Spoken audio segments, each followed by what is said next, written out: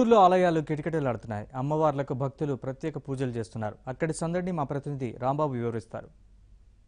మనం చూస్తున్నాము ఇక్కడ ఏలూరు సత్రంపాడులోని సౌభాగ్యలక్ష్మి ఆలయంలో ఉన్నాము. ఈ ఆలయం అత్యంత ప్రసిద్ధి చెందిన ఆలయం ఇది. ఎందుకంటే ప్రతి శ్రావణ మాసంలోని ఇక్కడ విశేష పూజలు జరుగుతూ ఉంటాయి.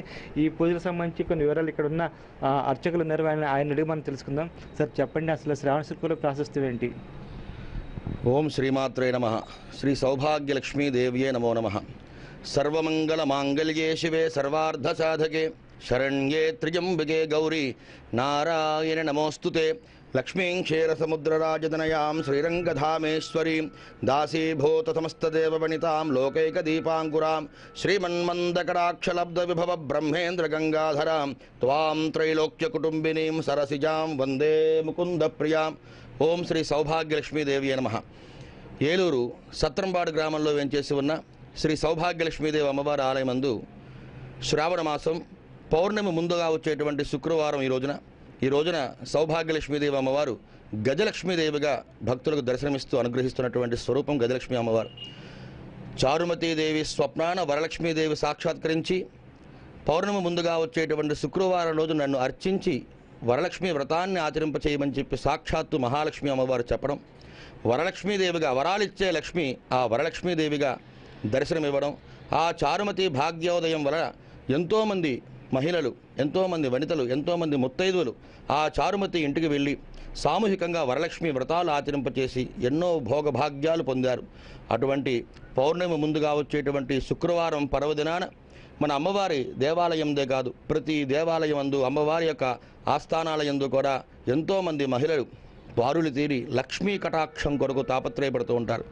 వారి వారి యొక్క సౌభాగ్యము సుమంగళము అంతా కూడా నిండు నూరేళ్ళు కూడా చల్లగా ఉండాలని, ఆ అమ్మవారి కటాక్షం వారి యందు, వారి కుటుంబం యందు, వారి పిల్లా పాపలందరూ కూడా సుఖ సంతోషాలతో వర్ధిల్లాలనే కాంక్షతో అమ్మవారి అనుగ్రహాన్ని పొందడకే ఆలయానికి విచ్చేస్తూ సామూహిక వరలక్ష్మి వ్రతాల యందు చక్కగా పాల్గొని ఈ రోజున వెండి కానీ బంగారం కానీ రూపు తయారు చేసుకుని ఆ రూపును తమ ఇంట లక్ష్మీదేవిగా భావించి ఆ రూపుకి కుంకుమార్చన చేసి ఆ రూపుని ధరించినట్లయితే కనుక లక్ష్మీ కటాక్షం కలుగుతుంది. సాక్షాత్తు వరలక్ష్మి అనుగ్రహంతో ఆ రూపు ధరించడం వల్ల వారి మనస్సంకల్ప సిద్ధి కలుగుతుంది ప్రతీతి. అటువంటి లక్ష్మీ కటాక్షమే ఈ శ్రావణ మాసం వరలక్ష్మీదేవి. ఆ వరలక్ష్మీదేవి స్వరూపమే మన సౌభాగ్యలక్ష్మీదేవి అమ్మవారు.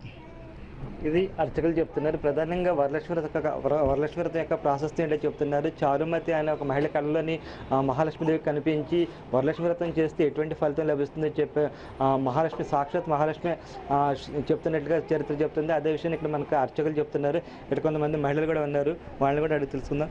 చెప్పండి, అసలు వరలక్ష్మి వ్రతం పూజ ఎందుకు చేస్తారు, ఏ విధంగా చేస్తారు? నాకు రాదండి. భక్తులు మాత్రం హెవీగా వస్తున్నారు. ఇక్కడ మనం చూస్తున్నాము ఏ విధంగా వస్తున్నారు భక్తులు. ఈరోజు ఉదయం నుంచి ఆలయాలన్నీ భక్తులతో కిటకిటలు ఆడిపోతూ ఉంటాయి. ప్రతిరోజు కన్నా శ్రావణ శుక్రవారం రెండో శుక్రవారం శ్రావణ మాసం రెండో శుక్రవారం రెండు పూజ చేస్తే ఎక్కువ ఫలితం లభిస్తుందని చెప్పి అంటారు. చెప్పండి అసలు ఈ పూజను ఎందుకు చేస్తారు? శ్రావణ శుక్రవారం రెండో శుక్రవారం వరలక్ష్మి వ్రతం ఎందుకు చేస్తారు? చేస్తే ఎటువంటి ఫలితం ఉంటుంది? అంటే ఇంటికి అన్నీ మంచి శుభాలు కలుగుతాయని చెప్పి చేసుకుందామని అనుకున్నాను. అందుకని మొదలు పెట్టుకున్నాను. శుక్రవారం 108 ప్రదర్శనలు చేసుకుంటూ అమ్మవారిని వేడుకుంటున్నాను. ప్రతి శ్రావణ మాసం రెండో శుక్రవారం పూజ చేస్తారు కదా, మీకు ఎలా అనిపిస్తుంది అమ్మా? పూజ చేసిన తర్వాత ఏ విధంగా అనిపిస్తుంది? ఇంకా చెయ్యాలని అనిపిస్తుంది. మీరు చెప్పండి, శ్రావణ శుక్రవారం ఈరోజు పూజ చేయడానికి వచ్చారు, అమ్మవారిని దర్శించుకోవడానికి వచ్చారు, మీకు ఏ విధంగా అనిపిస్తుంది? అసలు ఏ విధంగా చేస్తారు పూజ? చాలా బాగా చేస్తామండి ఇంట్లో పూజ. మాకు వరలక్ష్మి వ్రతం అంటే చాలా ఇష్టం. అమ్మవారికి అనుకోకుండా మాకు చాలా కోరికలు ఇచ్చింది. బాగా సిరి సంపదలతో బాగా పిల్లలు మంచి అభివృద్ధిలోకి వచ్చారు. మాకు చాలా సంతోషంగా ఉంది. శ్రావణ శుక్రవారం చాలా బాగా ఇష్టం.